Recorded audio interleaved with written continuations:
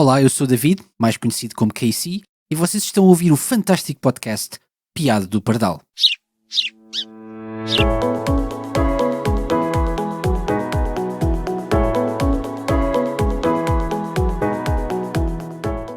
Olá, o meu nome é João Pardal e este é o Piada do Pardal. Aqui trata a cultura pop por tu.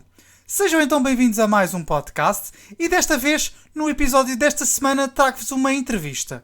David Luiz, mas mais conhecido como KC, é a voz por detrás do The Sega Lounge, um podcast dedicado a entrevistas e a todos os conteúdos que estejam relacionados com a famosa desenvolvedora de videojogos. Para além deste podcast em inglês, David está envolvido também num outro projeto chamado Segazizes, juntamente com o João Pires, um outro apaixonado pela Sega. Por essa razão, quis saber um pouco mais sobre o percurso de David e acabámos por falar de quase tudo. Conversávamos sobre a Sega, partilhámos memórias e refletimos também sobre a importância da nostalgia nos dias de hoje. Antes de deixar com a entrevista, tenho apenas que fazer uma advertência. Tive alguns problemas técnicos por parte do meu microfone. Por isso, a qualidade de gravação ficou um bocado aquém das minhas expectativas. As minhas desculpas, mas garanto-vos que vale a pena ouvirem a conversa, naquele que é o episódio mais longo do Piada do Pardal. Espero que gostem. Olá David, muito obrigado por estares aqui no Piada do Pardal. É um grande prazer que tu estejas cá. Antes de começarmos a falar sobre os teus projetos, eu quero que fales com os nossos ouvintes e que quero que faças uma pequena apresentação de quem é que tu és, o que é que fazes, basicamente isso. O que é que nos podes dizer sobre este assunto? Ok, então vamos aqui durante uma hora falar sobre estes tópicos. Não, em primeiro lugar, João, obrigado pelo convite. Não estava à espera e é um prazer estar aqui. Gosto muito do Piada do Pardal, portanto é um prazer fazer parte de um dos episódios. Em relação a quem é que eu sou, isso é uma boa pergunta. Agora vou começar aqui a chorar. E quem é que eu sou? O que é que eu faço na vida?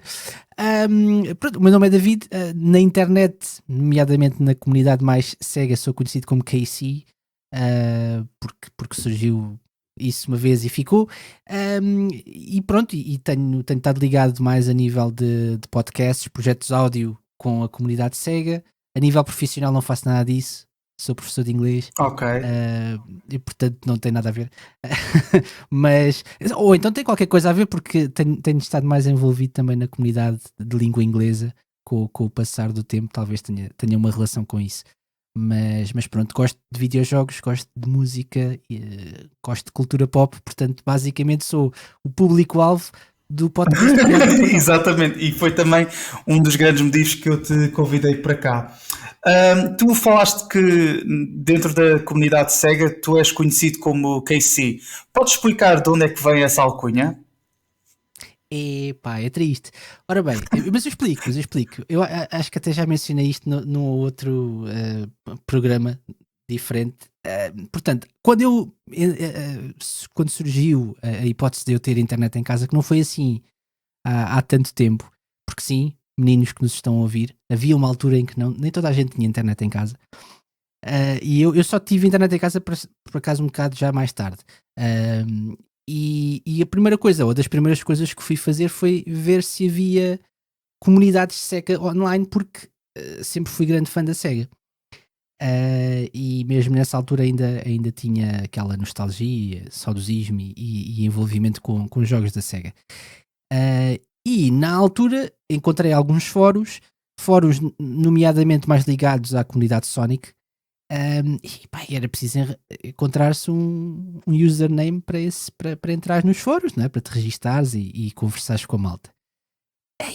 Eu não me orgulho muito disso, mas na altura não tinha mais nada que me lembrasse, então lembrei-me de Cool com capa e Tchau, os personagens pequeninos do Sonic. Certo, ok. Então, certo, pronto. Logicamente, com o passar do tempo, percebi que aquilo era uma coisa um bocado mais permanente e comecei a ficar também a ser mais conhecido na comunidade e envolver-me com outras diferentes comunidades e sites da Sega, e o nome começou a espalhar-se. Uma coisa que eu na altura pensei, vou criar aqui um username só para isto e pronto. Entretanto, como não me orgulhava muito já desse nome, pensei, bem, então se calhar vou reduzir isto para KC. Ok. Pronto, e ficou KC. E pronto, e só mesmo a malta mais antiga é que eventualmente poderá saber. Agora pronto, toda a gente vai saber, pronto. É por isso que estás aqui no Piado do Pardal, para desconstruir estes mitos urbanos. Levar roupa suja. Toda a verdade. Toda a verdade. O que é que dizem os meus olhos? Muito bem. Agora que estamos numa de partilhas de criar usernames e isso, também o meu primeiro mail, que alguma vez criei na vida, que pedi ao meu irmão mais velho para criar, como eu sou também grande fã da Sega, o que é que eu quis que o meu primeiro mail se chamasse?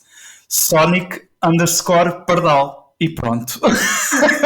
Sonic Pardal. Mas eu gosto Opa, disso. foi aquela cena Sonic Pardal. os meus irmãos tinham as iniciais. Eu assim, não vou pôr as minhas iniciais.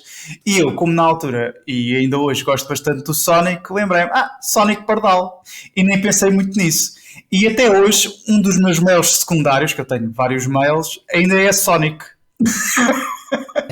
Muito bom. Não, mas eu gosto. Melhor do que Cool Child. Não. Sem dúvida. Cool Child. É que o diminutivo KC é um nome muito. Parece um DJ, man. É mesmo um nome diminutivo de uma radio personality. Mesmo digno de radio personality.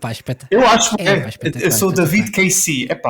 Tu ouves este nome e pensas assim: este tipo é mesmo da rádio, fogo. Por amor de Deus. Não sei o que dizer a isso. Mas eu acho. É mesmo só o nome. Pronto, muito bem. Portanto, tu referiste então que começaste nessa altura de usar a internet e usar esse teu novo nickname para estar mais presente nas comunidades e ver notícias relacionadas com a Sega. Que memórias é que tu tens dessa altura? O que é que tu fazias particularmente na internet nessas alturas? E procuravas informação, procuravas o quê exatamente? Sim, era uma altura um bocadinho diferente do que nós temos agora, não é? Em que o grande envolvimento que normalmente temos com as comunidades será mais a nível das redes sociais, não é? Não havia ainda Twitters, nem Facebooks, nem essas coisas a nível, pelo menos, tão amplamente utilizado. O que era grande era juntar-te a um fórum, não é? Os message boards em que tu irias lá, fazias um comentário, não é? Malta, era uma coisa muito menos imediatista. É verdade que havia coisas como os chats no IRC, não sei o quê, mas que era uma coisa que por acaso era usado na comunidade em que eu mais era ativo, que era a Rádio Sega, não é? Que de certeza que vamos falar um bocadinho, mas mesmo antes da Rádio Sega existir, eu já estava noutras comunidades e era muito pelos fóruns. Uma pessoa ia lá, pronto, alguém iniciava um tópico qualquer sobre um determinado assunto relacionado com aquela comunidade. Por exemplo, se fosse uma comunidade de Sonic, sobre qualquer coisa de Sonic, se fosse Sega em geral, pronto. E depois a malta ia lá, comentava no seu tempo, não é? Se calhar eu escrevia um comentário agora, tu ias lá à noite quando chegasses a casa e fazias outro, portanto era uma coisa menos imediatista do que nós estamos agora habituados. É verdade, por acaso eu lembro perfeitamente desse feeling, eu comentar alguma coisa e depois esperar para receber um mail de notificação. Olha, o nem sei quantos respondeu ao teu comentário, e depois tínhamos que ir abrir. Era um processo muito mais, era uma volta muito maior, em vez de ser de ponto A para ponto B, era ponto A, depois íamos a Coimbra e depois é que íamos para o ponto B. Neste caso seria o Porto. Exatamente. Mas, e depois havia sempre agora qualquer pessoa, e é um dos grandes problemas da nossa sociedade atual, se quisermos dizer assim, é o facto de haver este imediatismo todo, não é? E de ser tão fácil dizer qualquer coisa, muitas vezes as pessoas não medem aquilo que dizem. Sim. E é por isso é que há tanto comentário negativo e tanta parvoíce que se diz. Sim. Não é que não houvesse nessa altura, mas na altura, se calhar, como tinha um peso diferente daquilo que tu ias escrever. Acho que o mundo também andava com outra velocidade. Sabes o que é que eu quero dizer?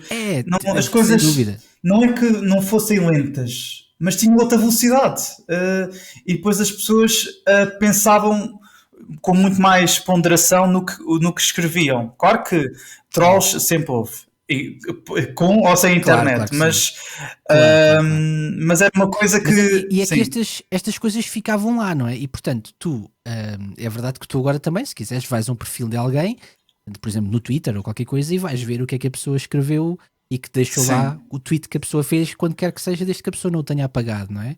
Tanto que muitas celebridades estão agora a ser Pois, exato, a exato. levar na cabeça e a ser canceladas e não sei o quê por coisas que disseram já há muito Sim, tempo. bom, mas voltando Mas então era diferente, não é? Era voltando à diferente. questão das comunidades e isso, portanto, suponho que uma das comunidades que tu andavas muito na altura era na Radio Sega. Como é que surgiu esse contacto?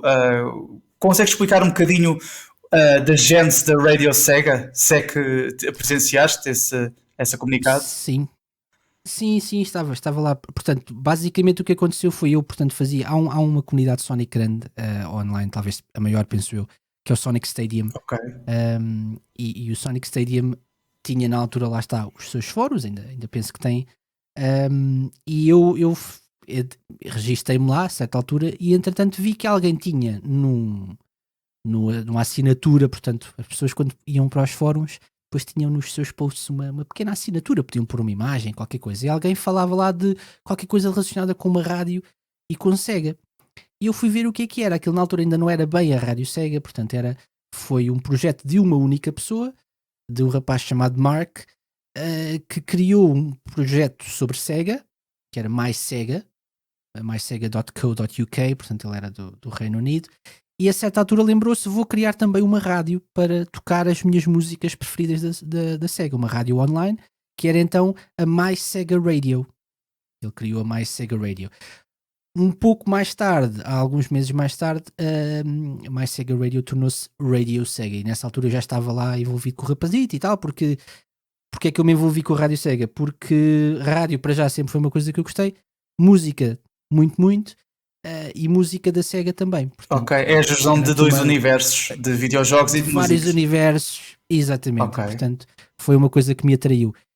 E a Rádio Sega começou por um projeto pessoal, mas depois ele começou a juntar mais pessoas e tornou-se uma coisa maior. Isto foi mais ou menos em que anos? 2005, 2006? 2006, portanto, a Rádio Sega fez 15 anos este ano. Ok.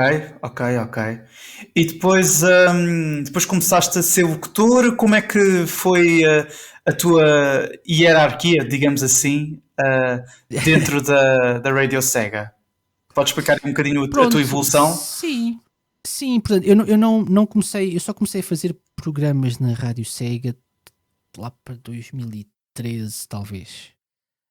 Portanto, eu juntei-me como ouvinte e como, pronto, na altura usava-se o Messenger também e outras coisas, e falava um bocadinho com o Mark, porque ele às vezes queria testar coisas novas, e eu estava-me ali um bocadinho por trás das cenas a ajudá-lo nessa questão de testes, mas não fazia parte depois daquilo que se tornou a equipa inicial da Rádio Sega. Havia fóruns também no site, havia um blog, mas eu estava só como ouvinte e como participante. Sim. Depois, em 2010, começaram os programas ao vivo. Portanto, só em 2010, 4 anos depois, é que a Rádio Sega começou a ter então DJs para fazerem programas ao vivo. Ao vivo não, em direto. Sim. Na live. Portanto, na rádio. E nessa altura, pouco tempo depois, era necessário que houvesse malta que pegasse nas gravações desses programas e os tornasse em podcasts, portanto em gravações dos programas que estivessem disponíveis em sítios como na altura o iTunes e coisas assim, agora já há muito mais, e eu juntei-me à equipa. Então a primeira coisa foi isso, foi em 2010, a certa altura, para ajudar a fazer, transformar essas gravações em podcasts que tinham capítulos com cada música que era tocada, com imagens, não sei o quê, todas as coisas muito elaboradas que nós tínhamos muito orgulho na altura. E isso foi a tua primeira experiência a lidar com programas de rádio e de podcast, ou já tinhas tido alguma experiência antes disso? Não, foi mesmo a minha primeira experiência. Muito fixe, mano, muito fixe. E já agora, por curiosidade, eras o único português que estava nessa equipa, ou havia mais alguém também com a mesma nacionalidade? Não, na equipa era. Na altura na equipa era. Havia ouvintes, mas na equipa era. Depois é que mais tarde se juntou também o João Pires, que apresenta um podcast comigo, que é o Segas Isso. Um abraço a ele, já agora se estiver a ouvir. Grande abraço para o João. Mas em termos de equipa na altura não. E havia provavelmente 2 ou 3 ouvintes que nós sabíamos que eram ouvintes ativos porque participavam nos programas, nos chats e não sei o quê, mas Talvez outros que nós não soubéssemos. Ok. Muito bem. Antes de falarmos do Sega Lounge, quero só aqui recuar um bocadinho no tempo e tentar perceber de onde é que vem esta paixão pela Sega. Quero-te perguntar então porque é que tu te tornaste num grande fã da Sega e quais são as memórias que mais te marcaram para que te tornasses num acérrimo fã desta companhia? Uhum. É uma boa pergunta. Eu acho que, pronto, um fator logo determinante é ter nascido em Portugal e ter passado a minha infância, não é? Finais dos anos 80, início dos anos 90, em Portugal. Portanto, logo por aí, a Sega era de facto uma coisa muito grande em Portugal, a nível dos videojogos, e portanto acho que não havia outra forma. No entanto, eu lembro-me vividamente da minha primeira experiência com uma consola mesmo que eu me lembro e que eu tenha pegado e jogado, foi mesmo a Mega Drive com o Sonic 1. Ok. Portanto, essa foi a primeira coisa que me marcou, e ver o Sonic, e as cores e a música e o bonequinho a correr e a rebolar, etc. Foi isso que me marcou. Portanto, eu depois acabei por ir seguindo a Sega naturalmente. Tive outros jogos e criei ali uma ligação com a Sega, com uma coisa até que às vezes falamos no Segazices, que é também era sócio do Clube Sega, Certo. que era uma coisa que existia. Exatamente. e portanto, na altura a Sega tinha de facto uma presença muito grande em Portugal, ao contrário de outras companhias de videojogos, nomeadamente a Nintendo, que não tinha assim, não apostava tanto no mercado português, e eu acho que isso foi determinante também para criar esta ligação. Porque havia revistas, havia anúncios na televisão, havia programas de Sim, o televisão marketing era que muito tinham forte apoio na da altura, Sega. sim. O marketing. Era muito difícil não seres fã da Sega se fosses da minha geração e gostasses de videojogos. Ok. E lembras-te mesmo da primeira vez que tu viste a Mega Drive? Ou como é que tu recebeste a Mega Drive? Jogaste na casa de um amigo? Recebeste por uma ocasião especial? Ou experimentaste num centro comercial, numa loja? Lembras-te exatamente do momento? Eu tenho uma vaga ideia de ter visto o Sonic 1 na casa de uns amigos do meu pai, Ok. que fomos visitar. Eu tenho ideia de ter lá, mesmo o próprio amigo do meu pai, portanto, pessoa mais velha, estar a jogar o Sonic. Eu tenho essa ideia, assim, uma coisa muito vaga. Mas depois eu recebi uma Mega Drive como prenda do meu pai, com o Sonic 1 e com aquela compilação que era muito comum, que era os Mega Games 1, que vinha Super Hang-On, Columns e World Cup Itália 90. Sim. O Mega Games 1, Clássico. não é? Esse é o 1. Mega Games 1 é o Mega Ok. 1. Isso foi o que eu recebi. Portanto, essa é mesmo a minha primeira experiência. Mas tenho uma vaga ideia de facto vi o Sonic e aquilo capturou a minha imaginação nessa ocasião em casa de uns amigos do meu pai. Ok. Muito fixe, muito fixe. E depois, claro que não quero estar aqui a traçar uma retrospectiva detalhada sobre todos os momentos em que tu acompanhaste a Sega, portanto eu quero-te agora fazer uma pergunta um bocado difícil de responder, pelo menos eu acho. Qual é que é o teu jogo preferido da Sega? De sempre? Por acaso Não é? Não. Shenmue é o meu jogo preferido. Uau! É.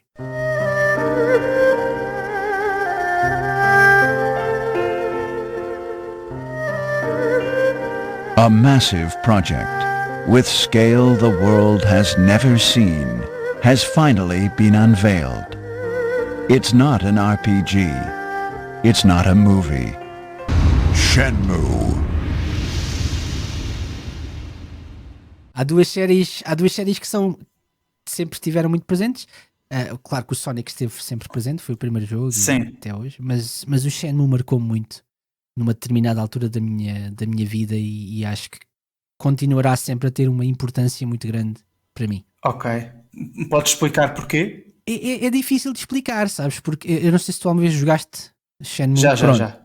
Não sei se jogaste na altura, na Dreamcast. Na altura não joguei, mas eu lembro-me, okay. É uma daquelas situações em que na altura eu tinha uma Dreamcast, joguei quase todos os jogos na altura, quase todos os jogos que me interessavam, quero eu dizer, e eu lembro-me de ficar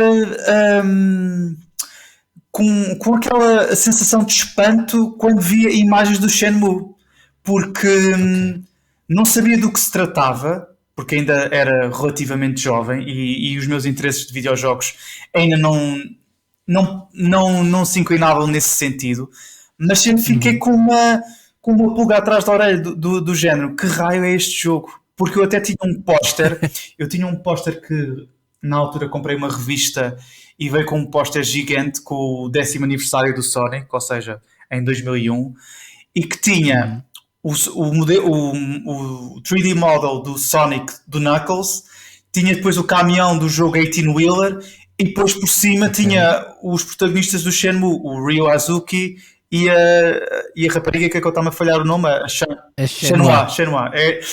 Quer dizer, eu sabia o nome, mas não queria estar a fazer...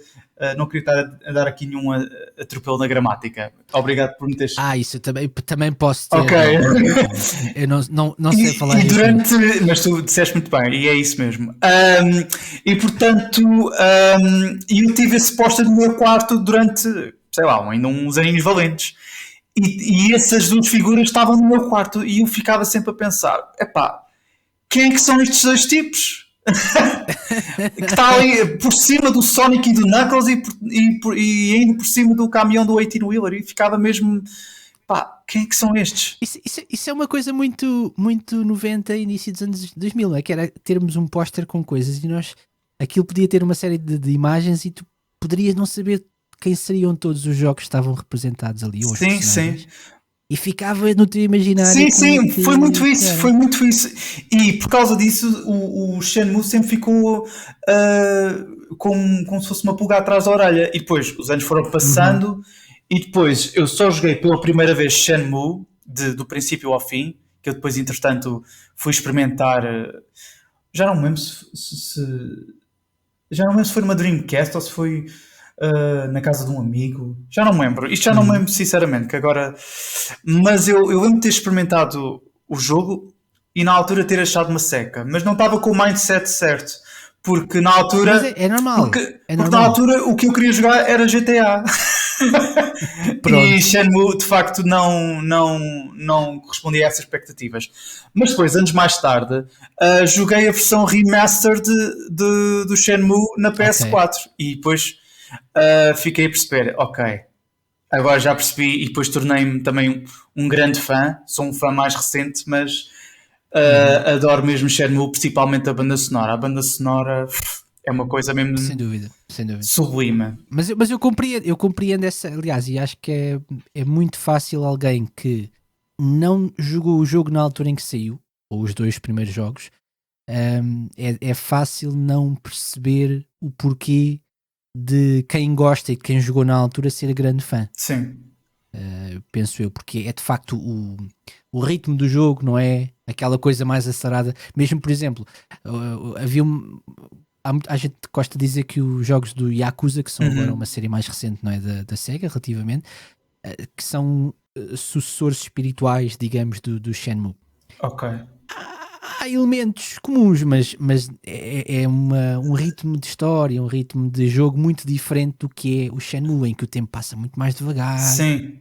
Em que tu fazes ali coisas muito mais mundanas, mas era precisamente isso que tornava o Shenmue um jogo tão especial na altura em que saiu. Não havia nada daquilo na altura. E era uma representação também de uma coisa que eu acho que estaria no imaginário de muitos fãs de videojogos, e talvez esteja ainda, que é o Japão. A vida no Japão, não é?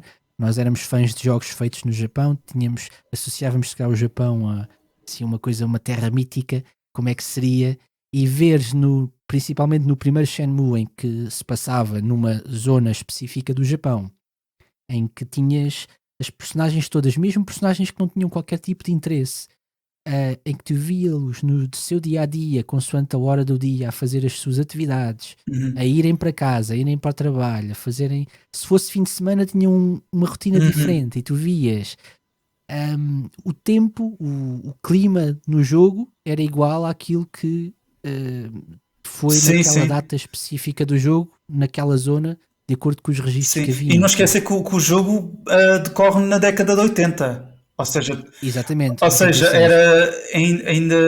Ainda era muito longe do saudosismo dos anos 80 que viria a manifestar anos mais tarde. Por exemplo, eu acho que a maior parte pelo menos de gamers, eu acho que começaram a ganhar um carinho pelos anos 80 por causa do GTA Vice City. Mas já a Shenmue fazia isso em 1999.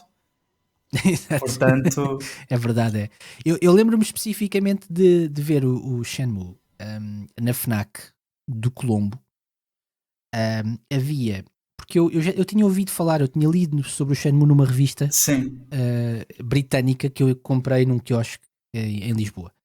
E havia lá uma reportagem sobre o Shenmue e havia lá aquelas grandes letras free, que era portanto, É o acrónimo do engine, acrónimo, do engine exatamente, do jogo. do Free Reactive Full Reactive Eyes Entertainment, que era É incrível é que tu sabes isso, man, de cor.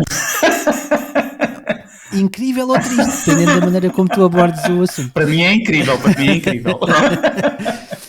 Sim, mas continua. E eu lembro-me de ler sobre isso. Provavelmente aquilo seria uma reportagem de antes do jogo sair. Portanto, havia assim umas imagens ainda, assim uma coisa muito abstrata do que é que o jogo seria e de como seria revolucionário. Mas eu nunca liguei muito àquilo. Eu olhava para aquelas imagens e pensava, isto não deve ser para mim. Eu era, se calhar, estava mais ligado na altura, se calhar, a coisas como os Sonics e coisas mais... os céus azuis da SEGA, Sim, não é? exatamente. Sim. Aquela imagem dos céus azuis, coisas mais vibrantes, etc. E o Shenmue era um bocado mais realista, se calhar não era aquilo que me apetecia. Tanto que eu não o comprei logo. Mas eu via na FNAC do Colombo, havia lá tipo uma zona, uma vitrinezinha, em que tinha sempre a caixa do Shenmue. Aquilo não era só uma caixa normal dos jogos da Dreamcast, era uma caixa de cartão em que vinham duas caixas da Dreamcast. Duas caixas de CD. Sim. Que eram 4 discos. Exato, sim. E eu olhava para aquilo, passava por aquilo, quando lá ia, realmente, mas não, aquilo não é para mim. Sim. Entretanto, houve um dia que lá pensei, bem, olha, vamos lá experimentar. E pronto, e a minha vida nunca mais foi a mesma. Portanto, calculo que também sejas um grande fã do Yu Suzuki, por causa do Shenmue. Sim. E já agora só um pequeno pormenor também em relação ao Shenmue, tanto um como o 2, que ainda aumentava mais a experiência para quem é fã da SEGA, é que tinhas uma coisa que na altura não era muito comum, que era, e agora já é mais, que é, ias às arcadas dentro do jogo e podias jogar jogos de arcada da SEGA antigos, como o Hang-On, Space Harrier, Outrun, acho eu. Ou não? No 2. No 2, ok, é no 2. No 2, Outrun, Afterburner. E tinha mesmo as reproduções das máquinas da altura, principalmente com o Afterburner, com a cena do caça.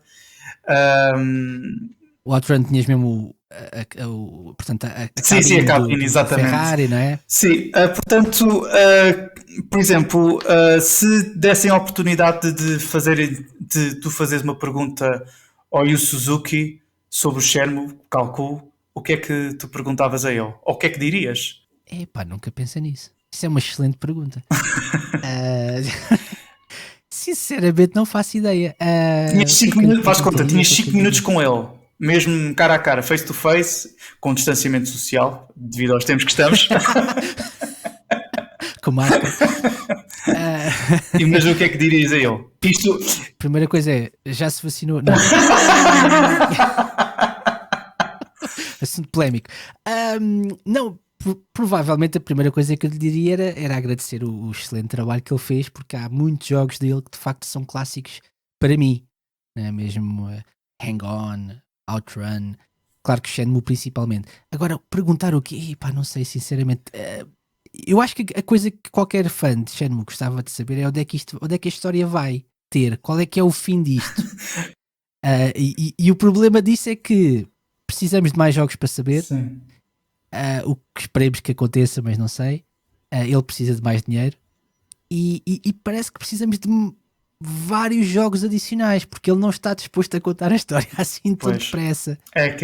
E eu acho que a grande curiosidade é essa: em que é que isto vai dar? Sim, o que é que isto vai dar? Qual é o fim da história? Qual é que é? Acho que essa é a grande curiosidade. Muito bem, já que estamos aqui a falar de perguntas e isso, quero agora falar contigo sobre o teu podcast Sega Lounge. Quero saber então como é que surgiu este programa de podcasts, de entrevistas. Quero que expliques um bocadinho como é que tem sido o percurso do Sega Lounge nestes últimos anos. Ok. O Sega Lounge surgiu como um programa na Rádio Sega. Ok. Primeiro, portanto, em 2014.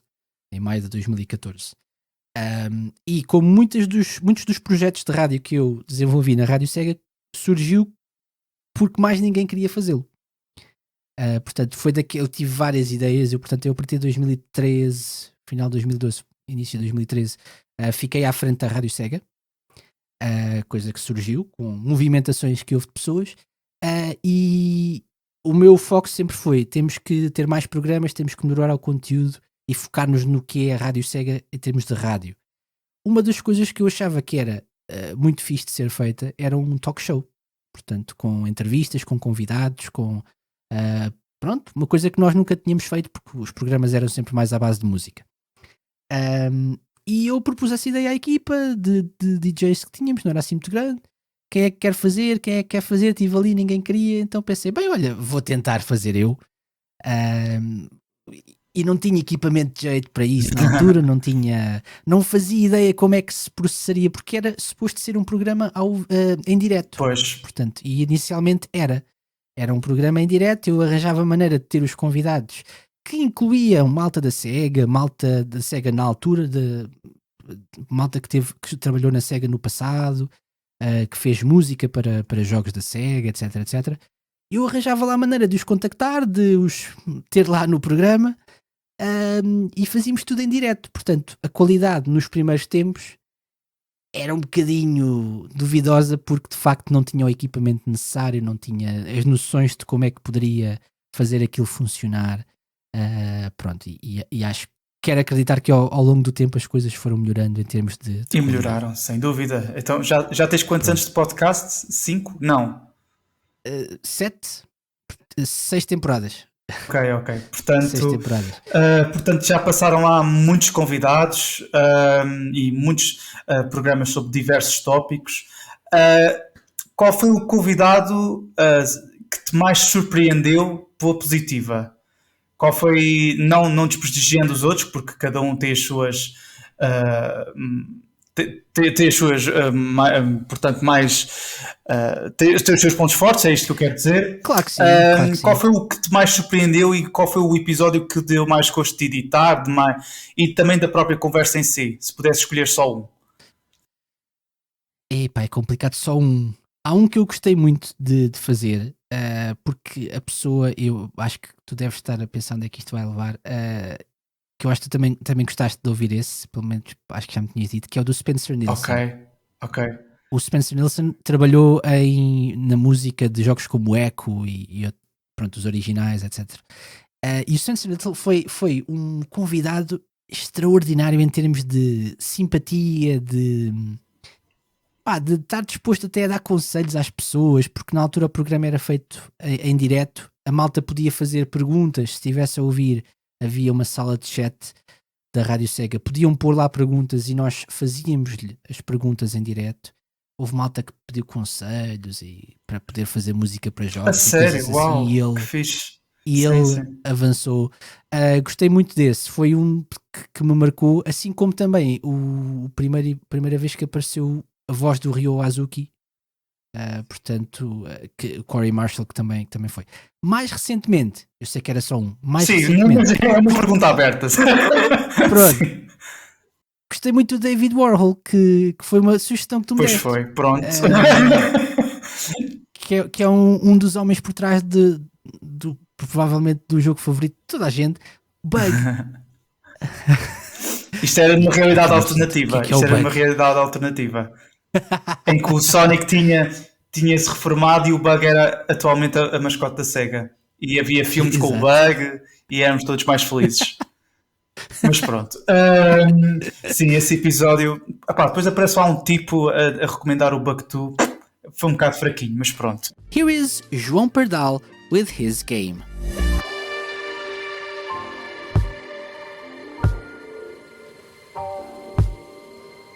Hi, my name is João Pardal and I am here to talk about Bug 2. Continuando. Acho que é de ouvir. Mas agora, voltando aqui à conversa, uma coisa que eu estou a notar da conversa, e agora também por ser teu ouvinte e de ouvir vários teus podcasts, eu tenho notado que há qualquer coisa de especial na comunidade de fãs da SEGA. Sabes-me explicar o que é que tem de especial esta comunidade? Tu estás-me a fazer perguntas difíceis. Isto é pior que o Sega Lounge Challenge. Ora, o que é de especial? Eu acho que há aqui... isto pode parecer um bocado assim, cheesy, um bocado fuleiro, não é? Mas eu acho que havia qualquer coisa de especial nos jogos da Sega nos anos 90 e 2000 e nos 80. Portanto, até a Sega deixar de fazer as suas próprias consolas, havia ali qualquer coisa de especial, havia um ADN, uma identidade especial nos jogos que atraíam as pessoas, atraíam a malta nova e não só, mas que jogavam os jogos e que deixava algumas marcas no sentido positivo e que faziam com que nós nos identificássemos com aquela companhia de videojogos, não é? É verdade que depois se perdeu um bocadinho dessa identidade quando eles passaram a fazer, deixaram a ser third party. O negócio das... Exatamente, deixaram o negócio das consolas e depois, como é lógico, era uma empresa em dificuldades financeiras, tinham que se virar para aquilo que lhes dava dinheiro e nem sempre tomaram as melhores decisões, mas eu acho que quem era fã da SEGA nessa altura, quem cresceu com a SEGA, nunca perdeu este forte apego e esta forte relação com a SEGA. E a verdade é que, mesmo nos anos mais modernos, quando a SEGA faz aquilo em que é boa, faz mesmo muito bem. E quando a SEGA se lembra de fazer aquilo que os fãs normalmente até lhe dizem que era bom que fizessem, o que aconteceu algumas vezes, resulta mesmo muito bem e parece que estamos outra vez com a SEGA do passado de volta. O que não é verdade, mas pronto. Eu acho que a comunidade da SEGA tem esta particularidade de ter tido esta relação desde talvez de muito novos ou desde esta altura mais do passado, mas que os marcou profundamente. E há esta nostalgia, há esta relação próxima com a empresa, o que é um bocado parvo, não é? Porque é uma empresa. Sim. Mas é uma coisa que nos marca, não é? Portanto, principalmente e no meu caso específico, penso também contigo, quando crescemos com estas coisas, acabam por nos marcar, por também nos formar um bocadinho quem nós vimos a ser, não é? Uhum. É um marcaram as nossas vidas de uma Shenmue, forma ou de outra. Eu acho que sim. Por exemplo, o Shenmue, no meu caso, entrou na minha vida numa época muito específica e marcou um bocadinho os meus gostos até depois disso. Em termos de música, abriu os meus horizontes a nível de outro tipo de culturas, etc. Portanto, parecendo que não, é uma forma de entretenimento, e os videojogos são uma forma de entretenimento, mas também acabam por formar um bocadinho de quem nós somos, os nossos gostos e a nossa maneira de pensar. Portanto, eu acho que é essa relação com a SEGA que se distingue um bocadinho do que há com outras companhias. Mas se calhar eu estou a dizer isto porque gosto da SEGA, se calhar outros também dizem o mesmo. Sim, mas exatamente. E claro, nós nesta conversa estamos a falar só de SEGA porque nós os dois somos dois grandes fãs da SEGA, mas eu acho que consigo falar por nós dois porque gostamos de outras coisas. Somos fãs, mas não somos fanáticos, sabes? Que acho que existe esta diferença. E acho que doses certas de saudosismo / nostalgia, mas sempre também com a olhar para o presente e para o futuro, acho que não fazem mal a ninguém e também ajudam-nos a perceber o que é que virá no futuro, sabes? O que é que a gente pode fazer com o futuro. Já que o passado foi desta forma, e com isto podemos construir coisas interessantes, quer seja na nossa vida pessoal, profissional e até mesmo dos nossos hobbies, sabes? Mas estou aqui um bocado filosófico demais, mas eu subscrevo, sem dúvida alguma, isso é mesmo verdade. E só aqui uma parte em relação ao que disseste, que isso é muito verdade, porque às vezes também é fácil ficarmos muito presos àquilo que gostávamos no passado, não é? E acaba por também haver um bocadinho desta realidade na comunidade SEGA também existe esta realidade. Há aquela malta que fica tão agarrada ao passado que acaba por nem sequer experimentar o que a SEGA tem feito mais recente. E para mim isso é um erro. Para mim é um erro. As coisas evoluem, não ficam estáticas no tempo. Até nós, como pessoas, Nós há 5 anos éramos completamente diferentes do que somos hoje. Nem é preciso fazer 10, 15. Basta. Há 2 anos a gente pensava de forma diferente de certas coisas e pronto. Sem dúvida. E se a gente evolui, acho que é um bom sinal. Se a gente ficar preso no tempo sempre a pensar um certo tipo de crítica, de sempre algum tipo de pensamento, acho que alguma coisa está mal. Claro que a base dos nossos valores continua praticamente a mesma. Pelo menos é assim que se espera. Deveria, não é? Exatamente. Mas depois vamos adaptando. Somos como uma plasticina, vamos moldando consoante o contexto em que vivemos e isso tudo. Epá, sem dúvida. Isto daqui a bocado estamos aqui a fumar cachimbos e aqui naquelas poltronas. Isto é bonito. Eu já me estou aqui a recostar no meu divã. Exatamente, no divã. mas é isso. Eu acho que é bom olhar para as coisas mais atuais da SEGA com um olhar crítico, como se deve olhar sempre, não é? Não é só porque é a SEGA que é bom, até muitas vezes antes pelo contrário, mas também não é só porque é SEGA atual que é mau. Portanto, olhar para coisas mais recentes também seria bom para aqueles que ficam muito presos ao passado, porque há muita coisa boa que a SEGA tem feito no futuro no presente, aliás, mais recente, não é? Nestes últimos anos, e que acho que vale a pena experimentar. E por falar de coisas recentes, para além do Sega Lounge, também tens um outro projeto também de podcasts falado em português. Eu esqueci-me de dizer aos nossos ouvintes que o Sega Lounge é em inglês, tendo em conta que a comunidade da Sega fala maioritariamente em inglês. Mas depois também tens um outro projeto de podcast que é o Sega Zizes. Podes falar um bocadinho sobre deste projeto? Sim, o Segas Isis foi é um projeto que não é propriamente meu, digamos. É um projeto que o João Pires, que nós já mencionámos, exatamente. O Rafsig, companheiro da Rádio Sega também, que quis criar e convidou-me. Foi um projeto que houve ali durante alguns anos em que teve em construção, não é bem construção, mas é mais do género, avançamos, não avançamos, e de facto no último ano finalmente avançamos. E é um bocadinho diferente do que é o Sega Lounge, porque não é só de entrevistas, há episódios também mais de conversa, olhamos um bocadinho para aquilo que, como é em português, para a comunidade portuguesa, ou brasileira, eventualmente, poderemos eventualmente também fazer isso no futuro, Sim. Não sei, mas é mais focado também nas nossas experiências enquanto pessoas que cresceram em Portugal e vivenciaram o que era a SEGA em Portugal, que, como eu disse há bocadinho, é um bocadinho diferente do que é a experiência do que era ser fã da SEGA noutros lados, porque aqui a SEGA era mesmo uma presença muito forte. Mesmo na América, por exemplo, não era a mesma coisa do que aqui. Nós aqui éramos mais bombardeados com coisas da SEGA do que provavelmente os Estados Unidos. Sim. Daí que haja mais fãs da SEGA se calhar cá e outros países europeus. Mas o objetivo do Sega Zizes é isso, é partilhar as nossas experiências, minhas e do João, e das pessoas com quem conversamos, e dar a conhecer um bocadinho também daquilo que os faz, que os torna fãs da SEGA, os projetos que também têm. E é essa a ideia. Okay. Em português. E em português, sim. Bom, estamos aqui na reta final da nossa conversa. O que é que a gente pode esperar do Sega Lounge, do Sega Zizes? Onde é que as pessoas podem ouvir estes podcasts? Portanto, neste momento podem esperar a mesma coisa dos dois, que é uma pausa.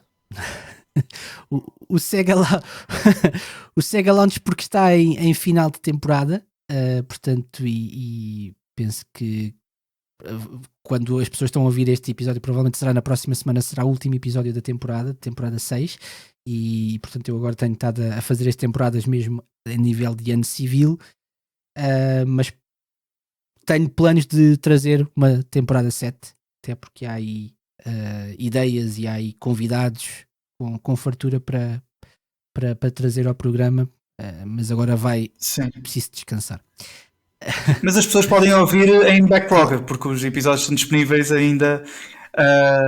Existem já mais de 100 e tal episódios para ouvir, portanto as pessoas, apesar de nós estarmos a gravar numa altura de pausa do Sega Lounge, mas podem ouvir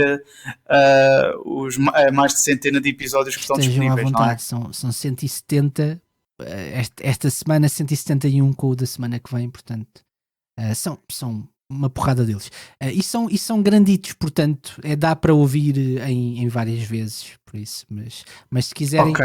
E do Sega fácil. Sys, o que é que a gente pode O Sega esperar? Sys está de pausa também, não só por isso, mas também por questões da nossa vida pessoal, minha e do João, portanto estamos aí a reavaliar. No entanto, também, segasys.pt podem ver o que é que, ou aliás, ouvir aquilo que nós já gravámos. Sim. E fiquem sintonizados para notícias nos próximos tempos. É o que eu posso dizer agora. Ok. E o Sega Lounge, onde é que a gente pode ouvir? thesegalounge.com. Ou então, talvez seja a maneira que toda a gente faz, nas vossas apps de podcasts, procurem por The Sega Lounge ou Sega Lounge e há de aparecer, espero eu. Muito bem. Mais uma vez, muito obrigado, David, por este bocadinho. Espero que tenhas gostado. E como estamos nesta época, olha, umas boas festas para ti e tudo bom. Está bem? Felicidades para toda a gente, corra tudo bem. E saúde acima de tudo, não é? Nesta fase. É o mais importante. Exatamente. Vá, um grande abraço. Obrigado pelo convite, João. Um grande abraço. Mais uma vez, obrigado, Casey. Se tiverem curiosidade de ouvir os podcasts do David, os links para o da Sega Lounge e o Sega Sys estão na descrição. E é desta forma que encerra a primeira parte da segunda temporada do Piá do Pardal. Vou fazer um mini break e conto voltar já no início de janeiro de 2022. Se tiverem alguma sugestão de convidado ou sugestão de tema, ou até mesmo um feedback técnico para o podcast, escrevam-me tudo na caixa de comentários, caso estejam a ouvir no YouTube, mandem mensagem para o meu Instagram, @piado_do_pardal, ou então mandem-me um tweet, @piadopardal, tudo junto. Por hoje é tudo. Não se esqueçam de subscrever ao podcast no YouTube ou seguir-me no Spotify, no Apple Podcasts ou noutra plataforma de streaming da vossa eleição. Espero contar com vocês no próximo Piá do Pardal. Fiquem bem. Adeus.